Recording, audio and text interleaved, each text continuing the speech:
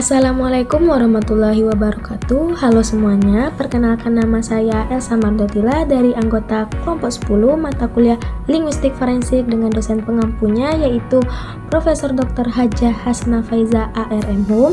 Ini saya juga akan memperkenalkan kepada teman-teman semua rekan-rekan saya dari anggota kelompok 10 yaitu ada saya sendiri Elsa Mardotila, ada rekan saya Widya Faradila dan juga Putri Angelina. Nah, di sini kami bertiga akan menjelaskan kepada teman-teman semua materi kami yaitu linguistik forensik berbasis analogi teks dan gaya bahasa. Selamat menyaksikan. Sebelum itu, rekan-rekan semua pasti sudah tahu apa linguistik forensik itu dari kelompok-kelompok sebelumnya. Di sini saya akan mengulang kembali apa sih linguistik forensik itu. Jadi, linguistik forensik itu ialah bidang yang menggunakan pengetahuan tentang bahasa dan linguistik untuk membantu memecahkan masalah hukum atau kriminal. Hal ini melibatkan pengumpulan dan analisis data bahasa seperti rekaman audio, teks dan wawancara dengan tujuan untuk mengidentifikasi atau mengkonfirmasi kebenaran dari pernyataan atau mendapatkan informasi lainnya yang dapat membantu dalam investigasi. Jadi, itu adalah linguistik forensik. Selanjutnya, saya akan menjelaskan kepada teman-teman semua apa saja ruang lingkup linguistik forensik itu. Jadi, yang pertama itu ada analisis forensik teks. Di sini menganalisis teks tertulis seperti surat ancaman, pesan singkat, dokumen sengketa, dan lain-lain untuk mengidentifikasi penulis, menentukan makna yang dimaksud, atau mengungkapkan keaslian dokumen. Yang kedua, ada analisis forensik ujaran. Di sini menganalisis rekaman suara untuk mengidentifikasi pembicara, menentukan emosi pembicara atau memahami maksud ujaran dalam konteks tertentu. Yang ketiga ada pembuatan profil linguistik.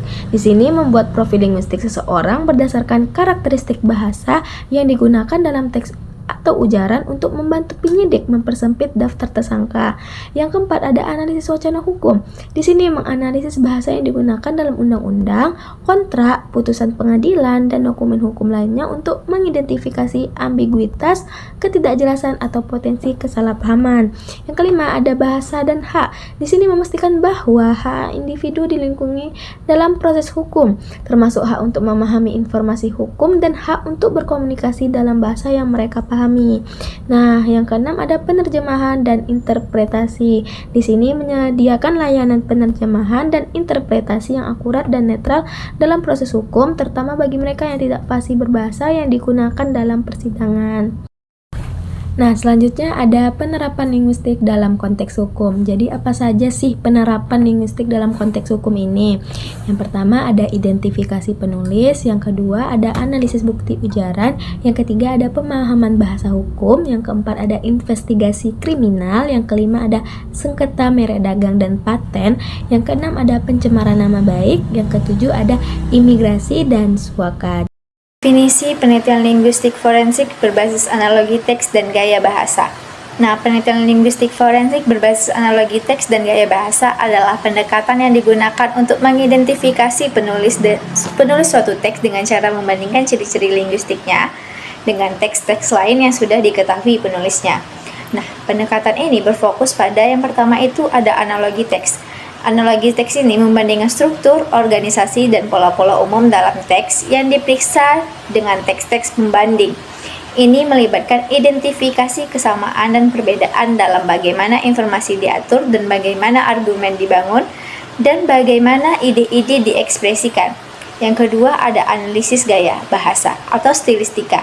Nah, memeriksa ciri-ciri khas gaya bahasa seperti pilihan kata, struktur kalimat, penggunaan majas, dan pola-pola gramatikal lainnya. Setiap penulis memiliki gaya bahasa yang unik dan disebut idiolek yang dapat berfungsi sebagai sidik jari linguistik. Nah, selanjutnya itu tujuan penelitian. Yang pertama itu ada identifikasi penulis. Tujuan utama adalah menentukan apakah seorang penulis yang diduga adalah benar dari penulis teks tersebut. Ini sangat berguna dalam kasus-kasus seperti surat ancaman anonim, sang sengketa hak cipta, atau penipuan daring. Nah, yang kedua itu ada pembuktian autentisitas, yaitu menentukan apakah suatu dokumen atau teks adalah asli dan ditulis oleh orang yang diklaim sebagai penulisnya. Jadi relevan dalam kasus-kasus pemalsuan dokumen, wasiat atau kontrak. Nah, yang ketiga yaitu profil penulis. Membuat profil linguistik dari penulis yang tidak dikenal berdasarkan analisis gaya bahasanya. Profil ini dapat membantu penyidik mempersempit daftar tersangka atau memahami karakteristik psikologis penulis. Nah, yang keempat itu pemahaman makna, yaitu mengungkapkan makna tersembunyi atau implikasi dari suatu teks dengan menganalisis gaya bahasa dan konteksnya. Dan ini dapat berguna dalam kasus-kasus pencemaran nama baik atau interpresitas kontrak. Selanjutnya, cara penelitian dilakukan. Nah, yang pertama itu ada pengumpulan data, yang dimana mengumpulkan teks-teks yang relevan termasuk teks yang dipisah atau teks yang ingin diidentifikasi, dan teks-teks pembanding yaitu teks yang sudah diketahui penulisnya. Nah, yang kedua itu ada analisis linguistik, yang dimana menganalisis ciri-ciri linguistik dari setiap teks seperti pilihan kata, struktur kalimat, penggunaan majas, pola gramatikal, dan tanda bacanya. Nah, yang ketiga ada perbandingan, yaitu membandingkan ciri-ciri linguistik dari teks yang diperiksa dengan teks-teks pembanding untuk mencari kesamaan dan perbedaan. Nah, yang keempat itu ada interpretasi, yang dimana menafsirkan hasil perbandingan untuk menentukan kemungkinan penulis teks yang diperiksa, yang melibatkan penggunaan statistik dan probabilitas untuk menghitung seberapa kuat bukti linguistik yang mengandung atau menolak hipotesis bahwa seorang tersangka adalah penulis teks tersebut. Contohnya, misalnya tuh dalam kasus surat ancaman anonim, yang dimana seorang ahli linguistik forensik dapat membandingkan gaya bahasa surat ancaman tersebut dengan contoh tulisan dari beberapa tersangka.